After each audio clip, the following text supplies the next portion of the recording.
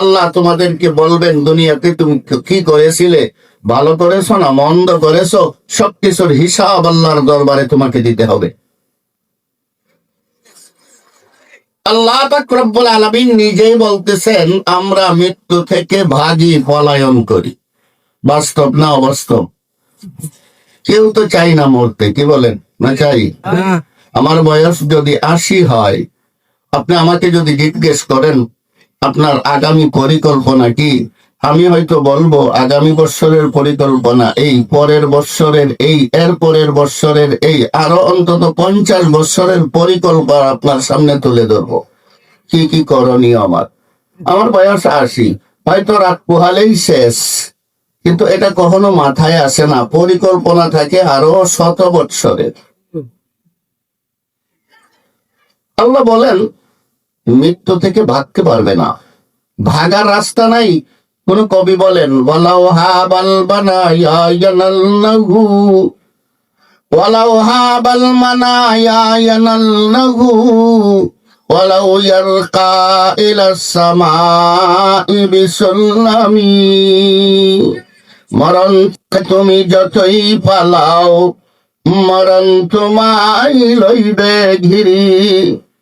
মরণ থেকে তুমি যতই পালাও, মরণ তোমায় লইবে ঘিরি। যদিও তুমি আকাশ পানে ছুটে যাও, সেটাই লাগিয়ে সিঁড়ি। ও মানুষ, সুযোগ থাকলে হয়তো আকাশে উঠতে পারো, আকাশে চলে যেতে পারো, স্মরণ রাখবে মৃত্যু থেকে রেহাই পাবে না। আমরা মরবো এ বিশ্বাসটা কি আমাদের অন্তরে আছে? কি বলেন? মরবো সবাই বিশ্বাস করি? না করে তো উপায় নাই, না করে উপায় নাই। কারণ আমি দুনিয়াতে আসার পর যেদিন থেকে বুঝতে শিখেছি দুনিয়া কাকে বলে, তখন আমি আমার ঘরে, আমি আমার পরিবারে, আমি আমার গোষ্ঠীতে, আমি আমার মহল্লায়, আমি আমার পাড়ায়, আমি আমার গ্রামে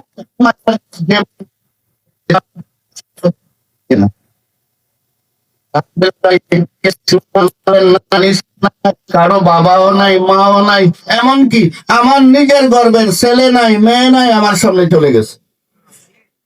সুতরাং মৃত্যুকে বিশ্বাস না করে উপায় নাই। ইচ্ছায় অনিচ্ছায় মৃত্যুকে বিশ্বাস করতেই হবে। আসলে আমরা এই দুনিয়াতে যে কয়টা দিন আছি, দেখুন তো, আমরা যারা বসা আছি আমাকে নিয়ে একটু যদি চিন্তা করি, আজ থেকে 100 বছর আগে আমরা কেউ এই দুনিয়ায় ছিলাম না, ঠিক কিনা?